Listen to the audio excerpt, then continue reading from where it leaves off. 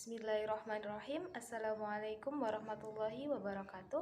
Kami dari kelompok 8 yang beranggotakan Faiz Hasbi, Nanda Awalia dan juga Nikmatur Rofiah akan memaparkan materi tentang konseling kelompok kreatif untuk pendampingan remaja berusia 12 sampai 17 tahun.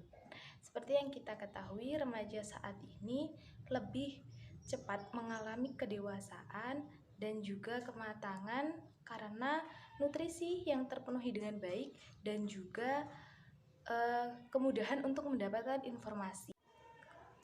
Nyatanya, dengan perkembangan teknologi yang semakin pesat di zaman sekarang, tidak mengurangi permasalahan remaja.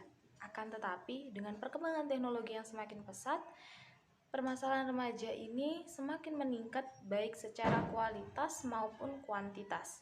Banyak sekali permasalahan remaja yang kita temui di sekitar kita dan itu sangat mudah untuk diamati. Permasalahan remaja yang sering kita temui di era sekarang yaitu pergaulan bebas, yang kedua ada tindakan kriminal. Tindakan kriminal ini seringkali remaja itu terlibat dalam aksi pencurian ataupun pembegalan. Yang ketiga ada perilaku kekerasan dan juga perkelahian. Jadi remaja sekarang itu kadang juga tawuran, rasanya sudah tidak asing di telinga kita. Yang ketiga ada perilaku antisosial, yaitu remaja seringkali memilih untuk mengurung diri di kamar atau tidak mau bersosialisasi dengan lingkungan sekitarnya. Yang kelima ada tindakan cybercrime. Pada masa remaja, pada umumnya mereka itu membutuhkan pengakuan dari teman sebayanya dan juga membutuhkan identitas baru yang bisa meningkatkan harga dirinya di hadapan teman-teman sebayanya.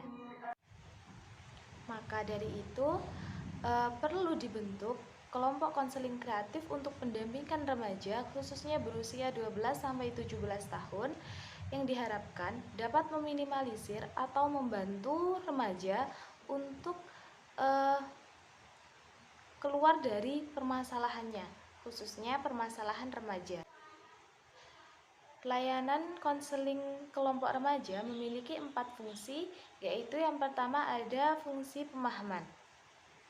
Jadi di sini konselor memberikan edukasi yang membantu remaja untuk memahami dirinya sendiri maupun lingkungan sekitarnya. Yang kedua ada fungsi pencegahan, di mana konselor membantu remaja untuk mampu menghindarkan dirinya atau mencegah dirinya sendiri untuk tidak berperilaku negatif yang dapat membuat dirinya bermasalah sehingga menghambat perkembangan diri. Yang ketiga ada fungsi pengentasan. Di sini konselor membantu remaja untuk mengatasi dan mencari solusi atas masalah yang dialami oleh remaja. Yang keempat yaitu fungsi pemeliharaan, di mana konselor membantu remaja untuk memelihara dan mengembangkan semua potensi dan juga perilaku positif yang ada di dalam diri remaja tersebut. Kreativitas menjadi hal yang sangat penting dalam proses konseling. Agar si klien tidak merasa bosan ketika melakukan proses konseling, seorang konselor juga diharuskan untuk memiliki kreativitas yang tinggi. Penggunaan media dalam proses konseling. Hal ini bertujuan agar si klien tidak merasakan bosan ketika melakukan proses konseling kepada kita. Peralatan yang digunakan juga lebih kreatif. Hal ini bertujuan agar seorang klien tidak merasakan bosan ketika melakukan proses konseling kepada konselor. Kemudian yang terakhir adalah teknik kreativitas dapat meningkatkan efektivitas konseling dan adapun metode yang digunakan. Metafora merupakan upaya untuk mendeskripsikan suatu isek atau persoalan yang konkret sehingga lebih mudah untuk dipahami. Penggunaan metafora dalam proses konseling berguna untuk memahami persoalan yang ada.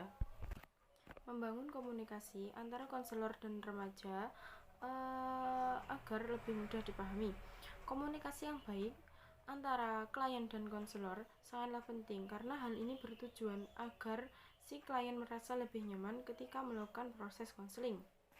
Kemudian metode yang terakhir yaitu penggunaan metafora. Remaja lebih mudah menerima dan memahami permasalahan yang dihadapi dan cenderung tidak melakukan penolakan.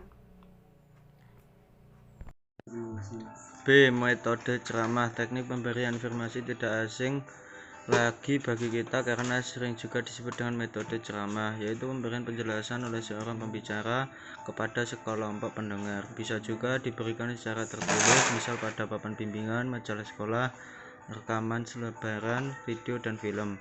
Kegiatan ini mengutamakan pemberian materi secara lisan dan tulisan kepada peserta dengan memberikan kesempatan saling berdiskusi dan bertanya terhadap materi yang disampaikan agar terbentuk pemahaman yang sama antara pemateri dan peserta.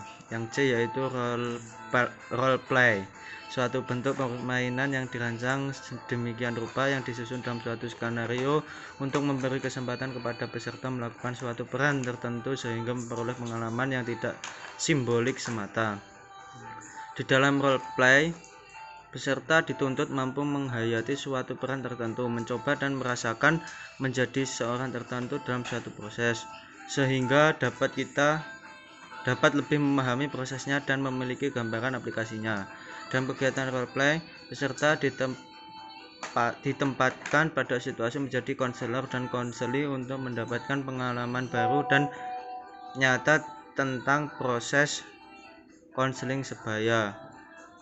Bermain peran merupakan upaya pemecahan masalah, khususnya bertalian dengan kehidupan sosial, memiliki peragaan tindakan, mendramatisasikan tingkah laku untuk mengembangkan konsep diri peserta didik menjadi posisi dan meningkatkan stabilitas emosional remaja. Dengan dramatisasi, remaja berkesempatan melakukan, menafsirkan, dan memerankan suatu peranan tertentu. Mulai role playing, remaja diharapkan memiliki kesempatan untuk mengembangkan seluruh pikiran dan minatnya dan juga perilakunya yang negatif menjadi positif, emosinya yang meledak-ledak menjadi halus dan tidak emosian, yang tidak dapat berempati menjadi dapat bersikap empati, yang kurang bertanggung jawab menjadi bisa bertanggung jawab, yang kendali dirinya lemah dapat menjadi terkendali. Remaja yang interpersonal skillnya rendah bisa menjadi bagus. Sekian dari kelompok ini, kurang lebihnya mohon maaf. Wassalamualaikum warahmatullahi wabarakatuh.